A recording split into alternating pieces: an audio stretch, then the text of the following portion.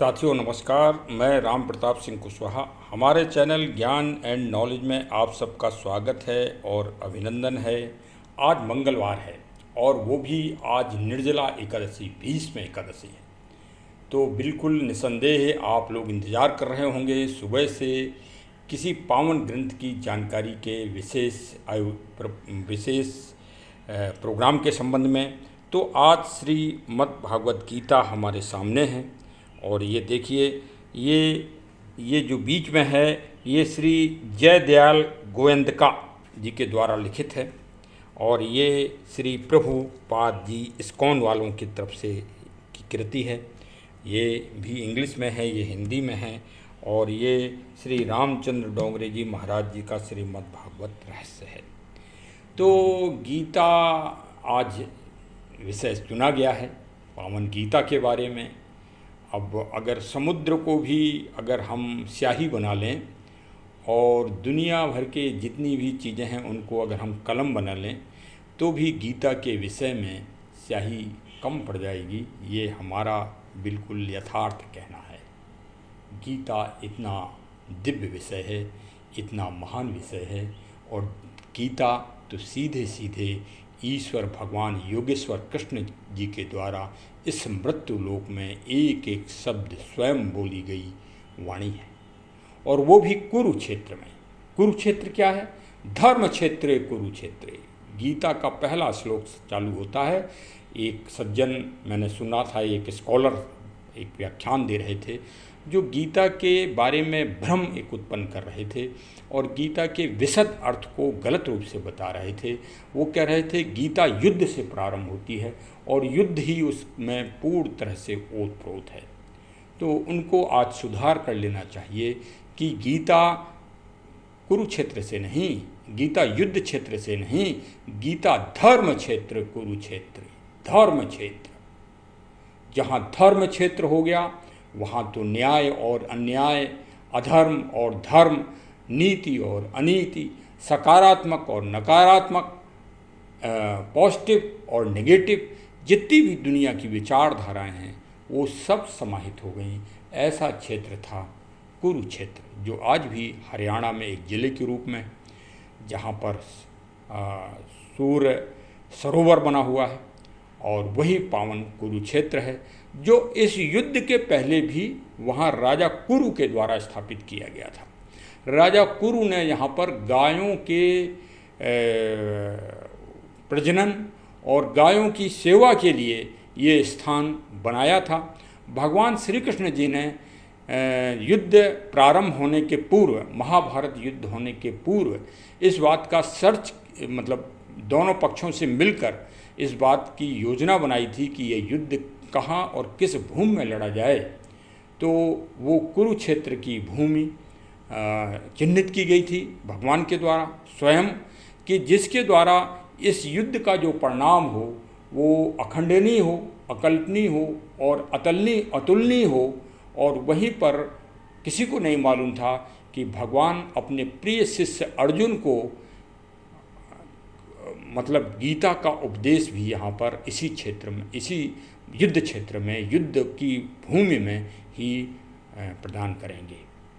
ईश्वर को समझना तो भाई सबके बस की बात है नहीं कि ईश्वर कौन सी ये प्रतिक्षण लीला करने वाले हैं। अभी मैं ये ब्लॉग बना रहा हूँ, हो सकता है कि ईश्वर की कुछ और मर्जी हो, जो ईश्वर की मर्जी होगी वही होगा। ये ब्लॉग पूरा बन पाएगा कि नहीं बन पाएगा ये उनकी मर्जी के ऊपर है। हम तो प्रयास कर रहे हैं, हम कर्म कर रहे हैं, लेकिन हम उनके निमित्त मात्र हैं। ये भगवान श्री कृष्ण जी ने गीता में स्पष्ट रूप से कहा है कि हे मानो, आप हमारे निमित्त मात्र हो, इससे ज़्यादा आपकी औकात नहीं है। तो चलिए आज पावन गीता। और आपको ये भी बता दें कि सबसे पहले 1920 में संस्कृत में अगर किसी ने हिंदी में रूपांतरण किया तो वो श्री जयदयाल गोयंदका साहब थे। कोटि कोटि नमन इनको। और इन्होंने उतना ही प्रयास किया है जितना 18 दिन में कुरुक्षेत्र में कौरवों और पांडवों के युद्ध में प्रत्येक सैनिक ने किया होगा। इन्होंने इस कार्य के लिए स्वयं तब उस समय प्रेस की व्यवस्था नहीं थी और जहाँ जहाँ इन्होंने टंकण करवाया वो सब गलत हो गए। तब इन्होंने स्वयं इसको लिखा हिंदी में और स्वयं ही टाइप किया। श्री जयदयाल गोविंदका साहब, ये एक महानतम संयोग है कि श्री दामोदर प्रसाद गुप्ता जी के द्वारा ये महान कृति गीता जी की सन 2005 में, जब मैं चौकी इंचार्ज संकटा देवी खीरी लखीमपुर में था, तब उन्होंने ये हमको सप्रेम भेंट की थी और ये कहा था कि इसको जब भी समय मिले तब आप पढ़िए। आज ये एक अद्भुत संयोग है कि आज इस भीष्म निर्जला एकादशी को मैं इस पर ब्लॉग बना रहा हूँ और ये आपके सामने है ये महान कृति। मैं श्री दामोदर गुप्ता साहब को कोटि कोटि नमन और प्रणाम कर रहा हूँ कि उन्होंने हमें ये सद्बुद्धि दी जो आज साकार हो रही है। और वास्तव में श्री जयदयाल गोविंदका साहब ने यदि ये महानतम प्रयास न किया होता तो गीता ये कुछ विशेष वर्ग के लोगों के पास ही इसका ज्ञान सुरक्षित रहता, जिसको कुछ लोग संकीर्ण विचारधारा के लोग ब्राह्मण और पंडित के ऊपर आरोप लगा देते हैं कि वो ज्ञानी हैं और उन्होंने ज्ञान बांटा नहीं। ये आरोप फिर से सिद्ध हो जाता, लेकिन गोविंदका साहब ने इसको जन सुलभ उपलब्ध करा दिया, जन जन को उपलब्ध करा दिया हिंदी में अनुवाद करके। वाह! तो वास्तव में ये तभी हम और साधारण व्यक्ति भी इसको आज समझ रहे हैं, पढ़ रहे हैं और इन गीता के अनुसार अपने जीवन की दिनचर्या और जीवन के संघर्ष को अपना रहे हैं। जो गीता के सिद्धांतों पर चलेगा वो वास्तव में अर्जुन की तरह दृढ़ प्रतिज्ञ, अर्जुन की तरह एक लक्ष्य भेदी और अर्जुन की तरह महान व्यक्तित्व का मालिक अवश्य बनेगा। जैसा आप चिंतन करेंगे, जैसे वातावरण में आप रहेंगे, आपका व्यक्तित्व भी उसी दृष्टिकोण का बनेगा। ये हम नहीं कह रहे हैं, ये दुनिया का सबसे बड़ा महान मनोवैज्ञानिक फ्राइड कहता है कि आप जैसे वातावरण में रहेंगे, जैसी सोच में आप रहेंगे, जो आप देखेंगे, आपका व्यक्तित्व उसी के अनुरूप बनना प्रारंभ हो जाएगा। गीता का यह यथार्थ सार सर्वप्रथम भगवान श्री कृष्ण जी ने या परम ब्रह्म ने सर्वप्रथम सूर्यदेव को सुनाया था। इसके बाद ये क्रमगत कई ऋषियों ने सुना, नैमिष में इसको सुनाया गया और फिर ये जो असली गीता का वाद और संवाद हुआ वो कुरुक्षेत्र में भगवान और अर्जुन के बीच में हुआ। सत्य क्या है? सत्य यह है कि अर्जुन कृकृत विमूढ़ हो गया था और वो किसी के ऊपर उसे विश्वास नहीं था। तब भगवान ने उसको प्रेरणा दी कि पहले तर्क करो, जिज्ञासा करो और फिर जो निष्कर्ष निकले उस पर विश्वास करो। यही गीता का सबसे बड़ा मंत्र है कि आंख बंद करके किसी पर विश्वास मत करो, पहले तर्क करो, शोधन करो, जांच करो, परीक्षण करो। किसी भी बात पे, किसी भी चीज़ पे, किसी भी वस्तु पे, किसी भी क्रिया पे पहले ये आप करें, तब आप विश्वास करें। ये है गीता का सार। भगवान श्री कृष्ण जी ने उत्तर दिए हैं, इसलिए भगवान श्री कृष्ण जी 574 बार इसमें उवाच किए हैं, मतलब बोले हैं, उत्तर दिए हैं। अर्जुन ने 84 प्रश्न किए हैं, क्रमगत भगवान से 84 प्रश्न किए और संजय 41 बार बोला है और धृतराष्ट्र तो सिर्फ एक बार पहला जो संदेश है धर्म क्षेत्रे कुरुक्षेत्रे, जहाँ से गीता प्रारंभ होती है, सिर्फ एक ही बार धृतराष्ट्र बोले। ये गीता के रहस्य हैं। 700 श्लोक हैं, 18 अध्याय हैं और महाभारत तो आप जानते ही हैं कि 18 दिन ही चला है और महाभारत को लिखा है श्री गणपति जी ने, श्री गणेश जी ने और रचनाकार या निर्माताकार हैं श्री वेदव्यास जी। लेकिन महाभारत लिखने के लिए वो स्वयं उतने ताकतवर या उतने पुष्ट नहीं थे, उनको लिखने की आवश्यकता पड़ी थी। तब देवों में गणनायक तैयार हुए थे, कोई भी देवता भगवान कोई तैयार नहीं हुआ था महाभारत लिखने के लिए, तब श्री गणपति जी तैयार हुए थे।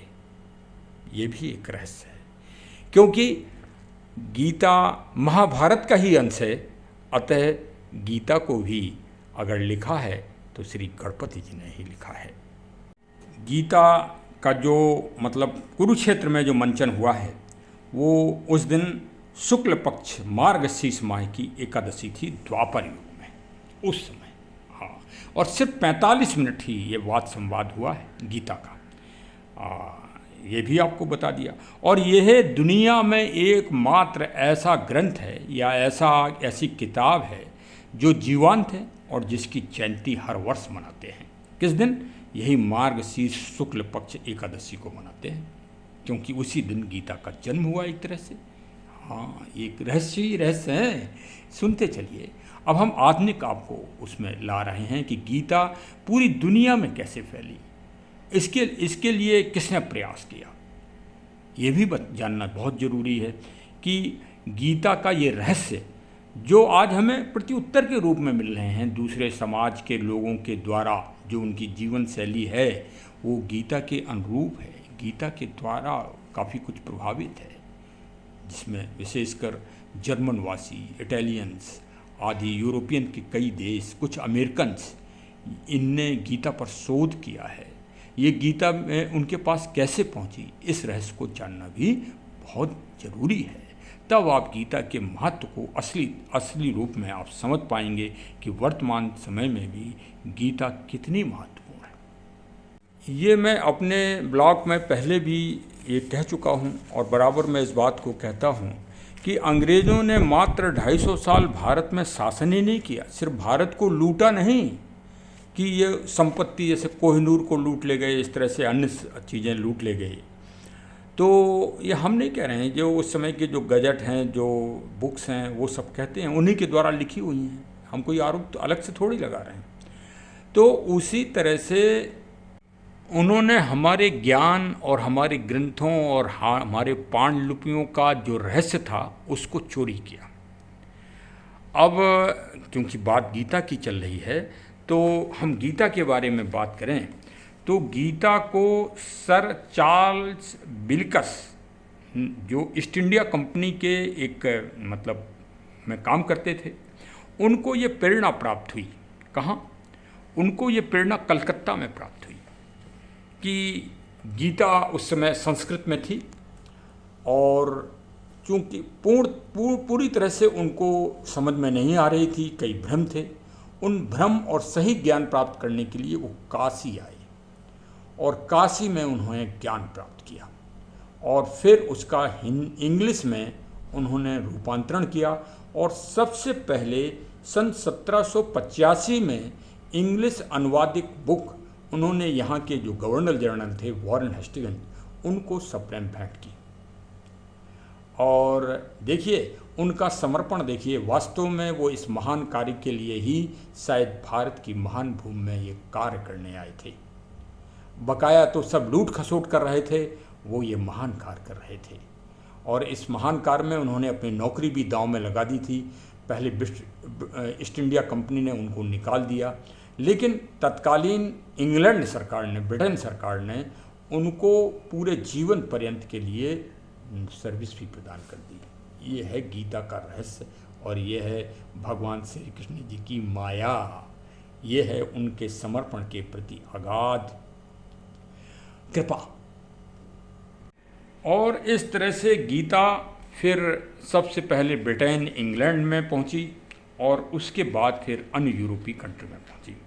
गीता के मामले में यदि देखा जाए तो भारत के शहंशाहों में, भारत के राजाओं में, भारत के इतिहास में वो राजा हैं, शहंशाह हैं, उसमें शाहजहाँ के बड़े पुत्र दारा शिकोह ने सबसे पहले फारसी में अनुवाद कराया था और उसी समयकाल में उर्दू में मोहम्मद मेहरुल्लाह साहब ने भी ये किया था।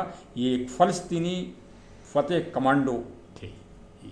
कमांडो होने के बाद, सेना में होने के बाद भी इन्हें ये ज्ञान प्राप्त हुआ और इन्होंने एक उर्दू में सबसे पहले गीता को अनुवाद किया।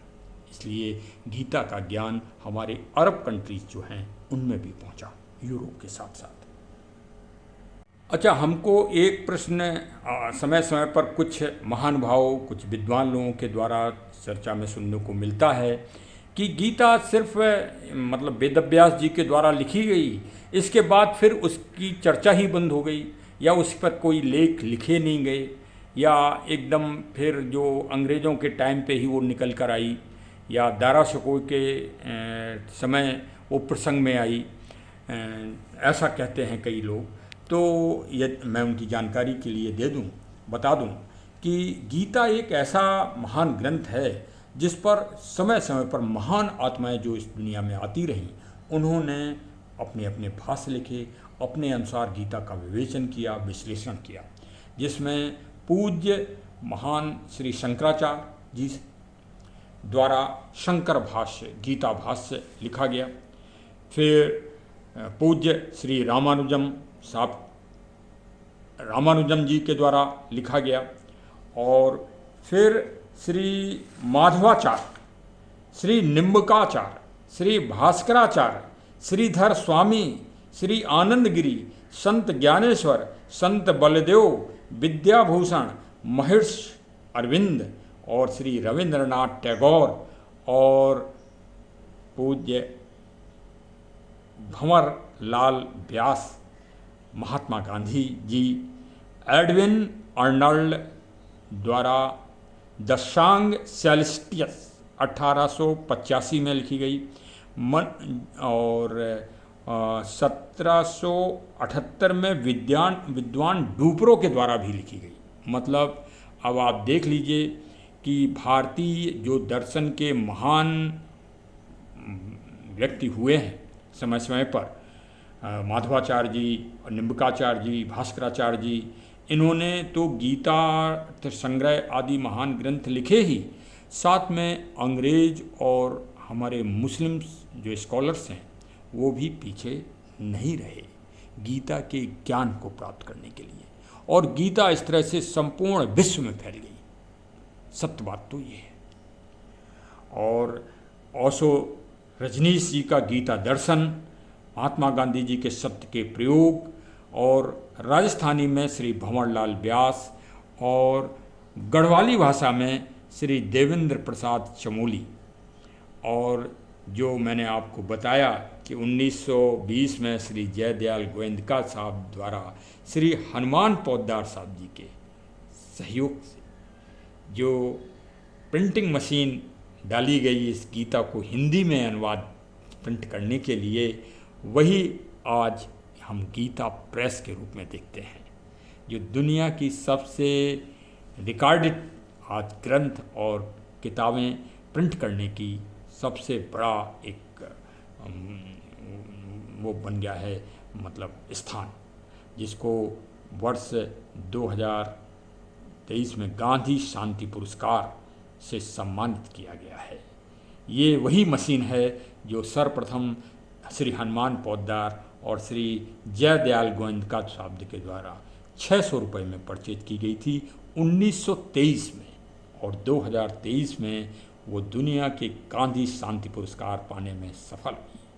तो करत करत अभ्यास के जड़मत होत सुजान, ये गीता का संदेश है। यदि भारत के इतिहास में और गीता के इतिहास में, गीता की रथ यात्रा में, अगर हम श्री बाल गंगाधर तिलक के गीता रहस्य को अगर हम छोड़ देंगे तो भारत का जो राष्ट्रीय आंदोलन चला वो अधूरा रह जाएगा। वो उसके प्राण, उसका जो मूल आधार है कि स्वतंत्रता हमारा जन्म सिद्ध अधिकार है, ये नारा अगर किसी ने दिया तो बाल गंगाधर तिलक ने दिया, और वो भी गीता के महान ज्ञान का जब उन्हें अविरल ज्ञान प्राप्त हुआ। और ज्ञान प्राप्त करने के लिए ही शायद अंग्रेज़ों ने ये गलती कर दी कि उनको मांडेला जेल बर्मा में जब 6 वर्ष के कठोर कारावास में उनको बंद किया गया, वहीं पर उन्हें यह ज्ञान प्राप्त हुआ और उन्होंने गीता का रहस्य लिख दिया, जो वास्तव में उसमें पहली बार जो मराठी भाषा में लिखा गया था, संस्कृत एक क्लिष्ट भाषा के रूप में हो गई थी, और मराठा के भाषा में लिखे होने के कारण यह जन जन में फैल गई। और पहली बार गीता के सही भावार्थ को उन्होंने लिखा था कि गीता मनुष्यों को उसके संसार के वास्तविक कर्तव्यों का बोध कराने का महान ग्रंथ है गीता। फिर से एक बार सुन लीजिए। मनुष्य को उसके संसार के वास्तविक कर्तव्यों का बोध कराने का नाम है गीता। और यहीं से राष्ट्रीय आंदोलन को एक महान गति प्राप्त हुई और एक महान ऊर्जा प्राप्त हुई उनके बुलंद नारे से और उनके इस बुलंद रचना से। और भारत का इतिहास धीरे धीरे बदलना प्रारंभ हो गया और भारत स्वाधीनता की तरफ बढ़ गया। इसके बाद आगे भी देखिए कि गीता कितने महान महान लोगों के द्वारा गीता का अनुसरण किया गया, गीता को अपने एक विचार शैली में अपनाया गया। गीता रहस्य श्री बाल गंगाधर तिलक साहब ने स्वयं पेंसिल से लिखा था और 400 पन्नों में लिखी गई थी। और जो 1908 से लेकर और 1914 के बीच में 4 महीने की अवधि में उन्होंने एक साथ बैठकर लिखी थी। और उसने गीता के जो सही अर्थ को है वो जन जन में पहुंचा दिया और हर क्रांतिकारी ने उसको हृदय में धारण करके और फिर धर्म और अधर्म का रूप मनाकर स्वतंत्रता संग्राम में सभी कूद गए। और वास्तव में वो एक महान संदेश गीता का सिद्ध हुआ। गीता रहस्य है। गीता सन 1784 में रशियन और फ्रेंच भाषा में भी इसका अनुवाद प्रारंभ हो गया था। और जो चार्ल्स बिस्किल्स को जो मदद की थी वो सेठ काशीनाथ, काशी भाई नाम जैसा है वैसा काशीनाथ सेठ थे, उन्होंने उनकी मदद की थी संस्कृत से इंग्लिश में अनुवाद कराने में। काशी में ज़रूर कुछ ना कुछ ज्ञान है, तभी लोग काशी खिंचे चले आते हैं। गुजरात तक के वासी काशी में आके ठहर जाते हैं, जिसके उदाहरण हैं आज के वर्तमान के माननीय प्रधानमंत्री श्री नरेंद्र मोदी जी, जो तीसरी बार काशी से सांसद बने हैं। श्री मालाधर बसु ने बंगला में अनुवाद किया था। अगस्ट विलियम्स ने 1808 में गीता व रामायण पर विशेष कार्य किया। श्री अनीश अनवर साहब हैं रतलाम मध्य प्रदेश में। इनके पास 121 वर्ष पुरानी गीता के अनुवाद को इन्होंने सुरक्षित रखा है। 121 वर्ष से मतलब इनके पूर्वजों के द्वारा वो गीता ली गई थी, वो इन्होंने इंदौर में सुरक्षित रखा है। पंडित जानकी नाथ दहलवी ने उर्दू संस्कृत से उर्दू में 1898 में अनुवाद किया था। मैथिली भाषा में भी इसका अनुवाद हुआ है।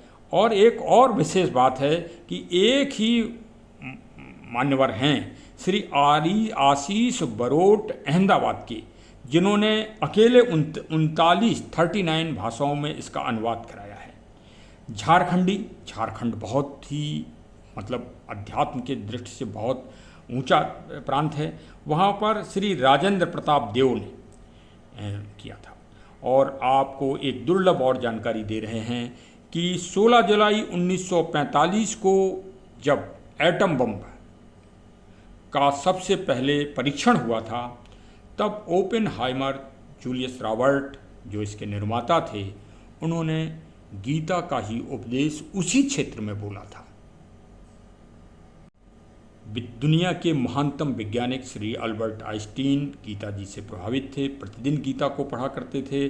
और पूज्य श्री विनोबा भावे जी, केशव भट्ट, श्री जयराम जी के द्वारा भी गीता लिखी गई है।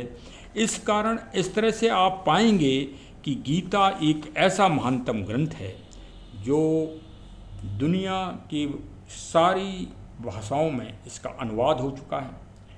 अब हमारा प्रयास ये होना चाहिए कि अभी 13 मई 2024 को भारत सरकार ने प्रयास करके भारत के 3 महान ग्रंथों को, जिसमें श्री रामचरितमानस, पंचतंत्र और लोकान सहृदय महान ग्रंथों को यूनेस्को में जो रजिस्टर्ड है वहाँ पर रजिस्ट्रेशन कराया है धरोहर के रूप में और महान ग्रंथों के रूप में कि ये मानवता और लोकहित के लिए ये ग्रंथ समर्पित रहे हैं और उन्होंने विश्व में मानवता और लोकहित की प्रेरणा को जगाया है।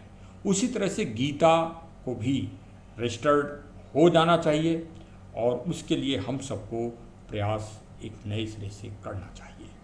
जब गीता पर चर्चा चल रही है और आधुनिक उस पर गीता पे चर्चा चल रही है तो यथार्थ गीता श्री अंगणानंद पूज्य श्री संत साहब के द्वारा जो लिखी गई है यथार्थ गीता, उसको भी हम सबको पढ़ना जरूरी है। वो वास्तव में गीता के यथार्थ स्वरूप को ही दर्शाते हैं। जहाँ तक मेरा विवेचन है, देखिए यद्यपि मैं बहुत तुच्छ प्राणी हूँ लेकिन फिर भी विवेचन तो है। गीता की यह महान जो कुरुक्षेत्र में हुआ, इसके लिए तो महान महान ग्रंथ लिखे गए हैं। हमारा जो विवेचन है कि एक व्यक्ति में ही प्रतिदिन 24 घंटे में, क्योंकि 24 ही घंटे हैं, 24 ही गायत्री मंत्र के शब्द हैं और 24 में ही ये दुनिया समाहित है, तो ये 24 घंटे युद्ध और कहीं नहीं, हमारे चेतना में और अवचेतना में हमेशा होता रहता है। देखिए गीता के प्रारंभ में दुर्योधन जब परिचय देता है महारथियों के, तो वो 18 महारथी पांडवों के बताता है। पांडवों का मतलब सत्गुण, श्रेष्ठ गुण जो व्यक्ति में होते हैं, सात्विक गुण, पौष्टिक। और कौरवों के महानायकों का जब वो परिचय देता है तो 8 महानायकों के परिचय देता है। वो 8 महानायकों में वो स्वयं है। दुर्योधन मतलब दुर्बुद्धि, भीष्म मतलब भ्रम, कर्ण मतलब ईर्षा, जयद्रथ मतलब क्रूर, द्रोणाचार्य का मतलब दुर्गुण, और इसी तरह से जो अन्य और हैं, कुल मिला के 8 ये अवगुण हैं। और इन 8 और 18 गुण और अवगुणों में हमेशा संघर्ष चलता रहता है। मैं चूंकि पुलिस विभाग में रहा हूं और कई विवेचनाएं भी की हैं, कई व्यक्तियों को गिरफ्तार भी किया गया है दोष के आधार पर। कभी कभी बिगड़ दोष वाले भी व्यक्ति गिरफ्तार हुए हैं, लेकिन वो छोड़े गए या बाद में उनकी सत्य बात समझ में आई पुलिस के। तो हमने ये देखा कि उसमें कई अच्छे परिवार के बच्चे भी थे जिन्होंने जीवन में कभी अपराध नहीं किया था, लेकिन एक घटना में 4 दोस्त मिलते हैं और उससे कहते हैं कि चलो थोड़ी दूर चलना है और अभी लौट के आते हैं, और वो बच्चा उनके साथ चला जाता है और वहाँ पर जाकर कोई अपराध वो चारों उसके साथी कर रहे हैं, वो भी अपराध में शामिल हो जाता है। तो ये वास्तव में एक शारीरिक क्रिया की स्थिति है कि वो 18 गुण अगर आप में हावी रहेंगे तो आप अपराध से मुक्त रहेंगे, आप अपराध की तरफ लालायित नहीं होंगे, अपराध की तरफ आप नहीं बढ़ेंगे। और जिस दिन 8 अवगुण आपके मनोदशा में, आपकी मानसिकता में हावी हो गए, आपके मन में हावी हो गए, उसी दिन आप अपराध बोध में फंस जाएंगे। ये हमारा पुलिस विभाग की गीता का अनुभव है, जो मैंने अनुभव किया है। और ये तो महानतम ग्रंथ हैं, ये महानतम चिंतन है, इसको आप भी करिए। जब इतने इतने महान लोगों ने किया है तो आप इससे क्यों दूर जा रहे हैं? आज से ही गीता पर आप भी अवश्य मनन करिए, अवश्य चिंतन करिए। और ईश्वर ने अपने पास मोक्ष गति का मतलब ईश्वर की सानिध्यता प्राप्त करना, ईश्वर के स्वरूप में जाके शामिल हो जाना, ईश्वर के नज़दीक पहुंचना, आत्मा और परमात्मा के संबंध के बारे में गीता का स्पष्ट मार्गदर्शन है। आत्मा से परमात्मा कैसे मिलती है, ईश्वर से एक जीव का मिलन कैसे होता है, इसके उपाय भगवान श्री कृष्ण जी ने गीता में 18 अध्यायों में बताए हैं। तो आप भी प्रयास करिए। आप क्यों दूर भाग रहे हैं? भाई जल की एक बूंद जल में जाने को शामिल होने के लिए व्याकुल रहती है। आप अग्नि जलाएं तो अग्नि कहाँ जाने को तैयार रहती है? कभी आपने देखा है? अग्नि सूर्य में जाके मिलने के लिए तैयार होती है। जितनी तेज़ आप जलाते जाएंगे उतनी तेज़ बढ़ती जाएगी, आकाश मंडल से वो चाहेगी कि हम सूर्य को छू लें। पेड़ जब गिरता है तो पृथ्वी पर गिरता है, क्योंकि पृथ्वी उसका मूल है। इस तरह से हमारा मूल ईश्वर है, हम जीव हैं। तो आप भी क्यों नहीं प्रयास कर रहे हैं? इसमें हिंदू, मुस्लिम, सिख, ईसाई और अन्य 36,000 जातियों और वर्णों में क्यों बट रहे हैं? सीधे सीधे मानव और परमात्मा का संबंध रखिए। एक मानव और एक परमात्मा, बस दो ही हैं, बीच में कोई है ही नहीं। जाने कहाँ आप लोग भटकते रहते हो। अरे सीधा संबंध में आइए परमात्मा से। उसके लिए आपको गीता में जो अर्जुन ने जिज्ञासा पूछी है, जो अर्जुन ने तर्क किए हैं, उनको आपको समझना होगा, उनको आपको मंथन करना होगा और उनके अनुसार आपको चलना होगा। तो आप अवश्य ही गीता के महान दृष्टिकोण को और ईश्वर के महान दर्शन को आप स्वतः प्राप्त कर लेंगे। चलिए, हमारे चैनल को अवश्य सब्सक्राइब कर लीजिए और इसी तरह की परिचर्चा और चर्चा में आप भी शामिल होइए। कमेंट द्वारा अपनी प्रतिक्रिया दीजिए। हर मंगलवार को हमारे एक शास्त्र के विषय में हम विवेचन करते हैं। जो भी थोड़ा बहुत ज्ञान इधर उधर से प्राप्त होता है वो मैं आप लोगों को भी शेयर करता हूं, और आपसे भी हमें बहुत सारा ज्ञान प्राप्त समय समय पर होता है। कई लोग फ़ोन के द्वारा प्रतिक्रिया देते हैं, कई लोग कमेंट के द्वारा देते हैं। आप भी हमारे गीता के योद्धा बनिए, आप भी धर्म विजय पर चल दीजिए। जय हिंद, जय हिंद। अब सब्सक्राइब जरूर कर दीजिए, बेल आइकन की बटन दबा दो भैया। हाँ, अरे हम यूट्यूबर आदमी हैं, हम भाई निवेदन करेंगे, हमारा यही संघर्ष है, हमारा यही युद्ध है। हाँ, अगले और ये गीता की ये महान कृतियाँ अगर आप पढ़ना चाहते हैं तो आप हमारे ट्रस्ट राम रक्षा फाउंडेशन ट्रस्ट के आप सदस्य बनिए, और आप ऑनलाइन इन सारे ग्रंथों को आप प्राप्त कर सकते हैं। पढ़ने के लिए हमारे ट्रस्ट के नियम हैं। हमारा जो उद्योग चंद्रा लाइब्रेरी पुस्तकालय है, वहाँ पर इनका संकलन है, और हम लोग ऑनलाइन बड़ी दूर दूर यहाँ अपनी किताबों को भेजने की व्यवस्था करते हैं, और कई लोग पाठकगण इसमें रुचि ले रहे हैं, पढ़ रहे हैं और आनंद की प्राप्ति कर रहे हैं। विभिन्न तरह के आधुनिक आप उपन्यास भी प्राप्त कर सकते हैं। जो भी हमारे पास संकलन है वो हम आपको उपलब्ध कराते रहते हैं। तो इस अभियान से भी जुड़िए, हाँ, और हमारा उत्साहवर्धन करिए। बहुत बहुत धन्यवाद। जय हिंद, जय हिंद, जय हिंद। चरेवेति चरेवेति चरेवेति।